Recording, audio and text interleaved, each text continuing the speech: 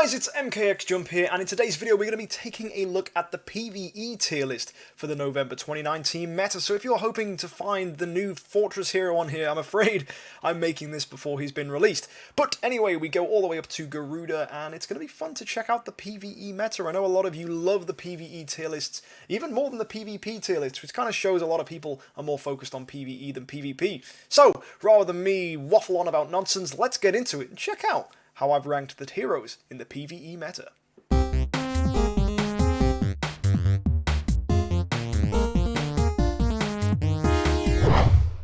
So before we get into the details of the tier list, I want to explain that by PvE I mean broken spaces and guild fights rather than Seal Land. Seal Land is mainly its own kind of thing because CC works in Seal Land, whereas it does not work in broken space bosses or guild fights. Therefore, heroes that can CC perform better in Seal Land, and in other PvE areas, therefore, are not so great. Because basically, what's the point of running a hero that can CC if you cannot take advantage of that CC in PvE? So basically the logic here is don't run CC heroes in PvE, but they can still be good in Seal Land. So it may warp the performance of other heroes on this list. You might go, hang on a second, why is that hero so low? Well, that's the reason.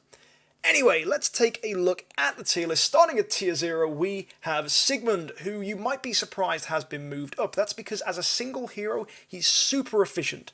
In PvE at the moment, you need either a hero to synergize with Burn or Bleed with your Wolf pet and your Phoenix pet. You need heroes that can remove armor, and it's good to have really good damage dealers.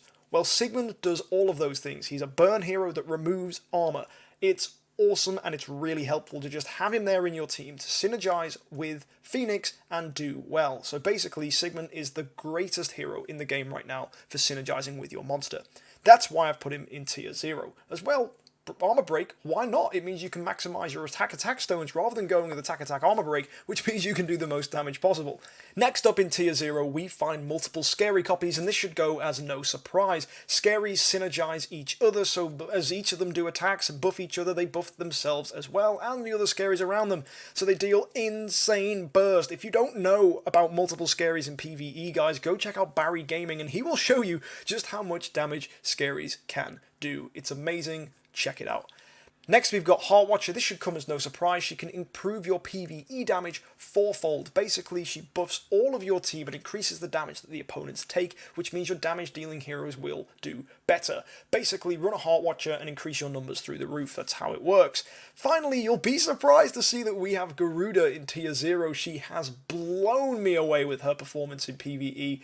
Honestly, running her alongside a really well-built team means that a Garuda can deal absolutely insane damage. Every time an opponent is hit, she gains a feather and deals attack back, which then means when she does her active skill, she deals loads of burst, which then causes loads of crit damage, and it's amazing. So guys, either run her for crit attack to get that crit damage up, or run her for attack holy damage attack to get the most out of her attack. Either way, she is a nuts hero. Go check out Barry Gaming, he shows how it's done. Next in tier 1, we have Moog, who has, ever since the skill damage rework, been a fantastic hero in PvE. The fact that skill damage now scales damage over time is awesome, and he buffs himself every time an active skill is done, so only gets better as rounds go on. We've got Aspen, whose rework has improved his PvE performance by giving him much more of that max HP based damage, so he really shines there. And as well, when heroes are below 35% HP, he becomes insane and just novas out against opponents and does more damage than any other hero could dream of. Then we've got Amun-Ra and Belrain, are two classic support heroes for PvE. One offers incredible damage mitigation, which is Amun-Ra with her bubbles that convert incoming damage into healing, which is nuts. And then we've got Belrain, who offers not only heal, but also attack boost on one hero, which, like Sigmund, is really efficient. It offers a boost for your team and improves your healing performance. Next, we've got Horus, who all in all is just an incredible damage dealer who after 3 blocks removes any CC that's on him, so he works really well against CC bosses, and considering that he buffs himself each time active skills happen, he just becomes stronger and stronger and stronger and deals loads of damage. And then finally, we've got Penny, who's our token crit monster who deals loads of damage, and she's just beautiful to watch go off. In tier 1.5 we drop down now to Dark Arthendal, who is arguably as good as the heroes above. The only reason Dark Arthendal doesn't make it into tier 1 is because she only does well against bosses that deal lots of damage. She deals more damage the more damage that she takes, so against bosses that don't deal much damage, she isn't going to shine. But against later bosses in Broken Spaces or very strong guild bosses, you will find Dark Arthendal will do amazingly because she will keep taking damage, and if you can heal her up with someone like Amun-Ra, Belrain, Ormus, and just keep her alive, she will deal massive burst damage the more damage that she takes. Next we've got Amavor, who has that fantastic max HP damage, and since his buff does even more damage, which is awesome. We've got Asmodal, whose critical marks deal incredible damage, and he buffs his own crit, which means he just gets stronger as rounds go on. Next we have Gustin, who has definitely surprised us all. The fact he can remove CC is awesome for those broken space fights where you just can't get past that nasty CC. Oberon levels, Corpse Demon levels, where the freeze and twine is just horrible. Gustin removes it and says, nope, you're not going to get twined, you're not going to get damage over time. Gustin just heals you up and makes life easier. Then we've got Shia, whose damage has always been okay, and since her rework it's been changed a little, but still does reliable damage. We've got Berir, whose self-buff is awesome and deals a lot of crit burst. We've got Scary, same thing, awesome self-buff, fantastic crit burst.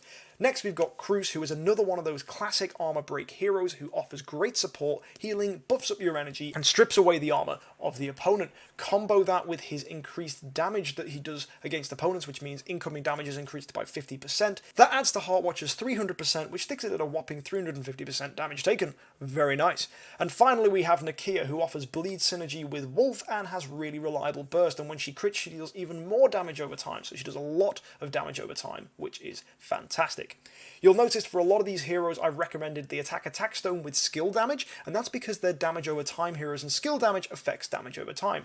Other heroes you'll see attack armor break recommended, and that's because if you're not running Cruz or Sigmund, you're still going to need some kind of armor break. So when you're building a PvE team, make sure you've got the boxes covered. You need someone to synergize with your Phoenix or Wolf, so that's with burn or with bleed. You're going to need someone to strip away armor, and if you can't do that, you need the attack armor break stone so that you can still get through the nasty armor of PvE bosses. Finally, you need to make sure that your heroes can stay alive, so either you're running lots of crit heroes with Balance Strike, or you're running a nice healer like Amun-Ra and Belrain. So that's really the way you want to be thinking with these heroes in PvE. Dropping down now to tier 2, we have heroes that are great, but maybe just not as good as those above. We have Ada, who, if you don't have a lot of these heroes up, can still deal incredible damage. She stays alive, she doesn't mind CC too much because she has passive damage, and all in all, she's just an awesome hero. Sadly though, her damage isn't good at scaling with Heartwatcher because it is damage that scales with max HP. Now that's okay for some heroes, but sadly Ada really doesn't get any benefits from Heartwatcher, which makes her difficult to justify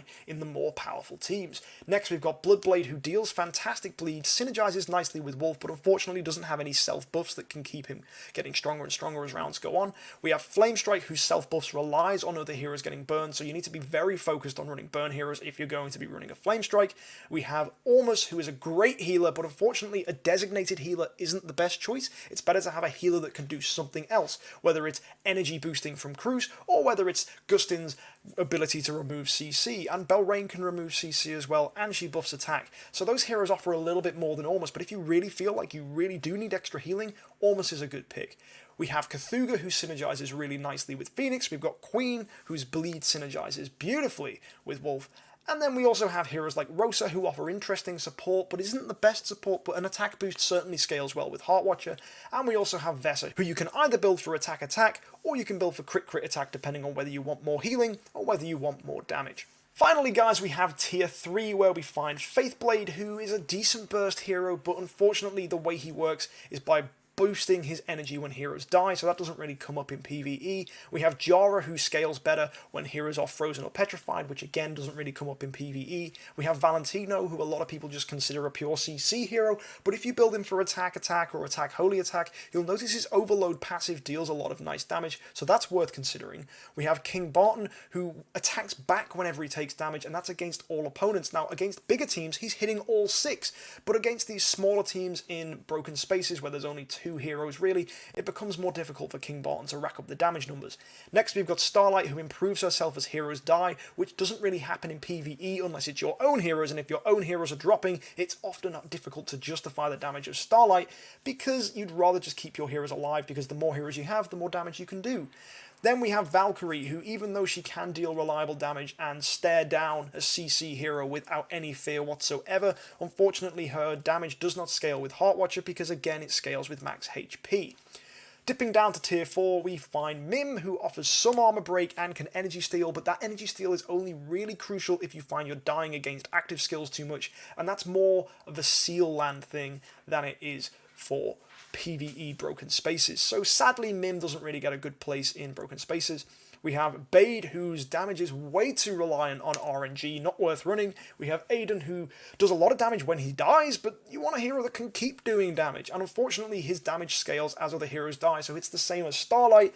He just can't deal that reliable burst damage. Next, we've got Emily, who even though she is a support hero and can buff your attack, it's sad to say that she only really scales brilliantly in PvP because she mainly boosts speed and reduces opponents' crit.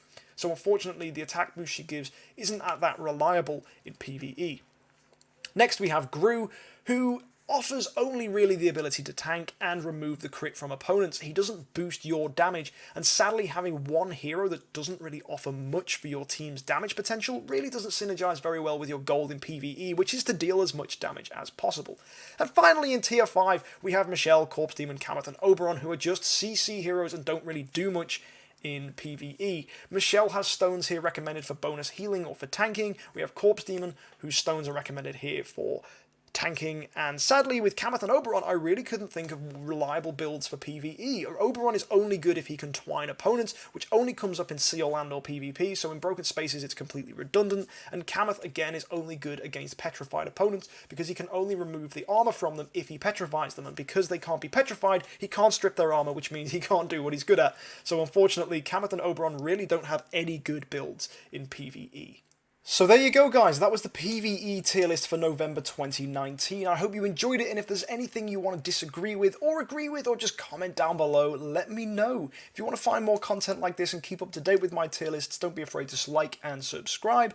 And you can also keep in touch with me in Discord and Facebook, where you can find links down below. If you want to help me with produce more content like this, you can back me on Patreon, which again you can find the link for in the description. And if you just want to check out some more content, you can find it here on the side of the screen.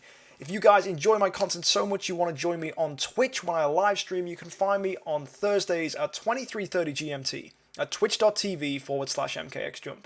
Anyway guys, I hope you've enjoyed this video, have a great week, and happy idling.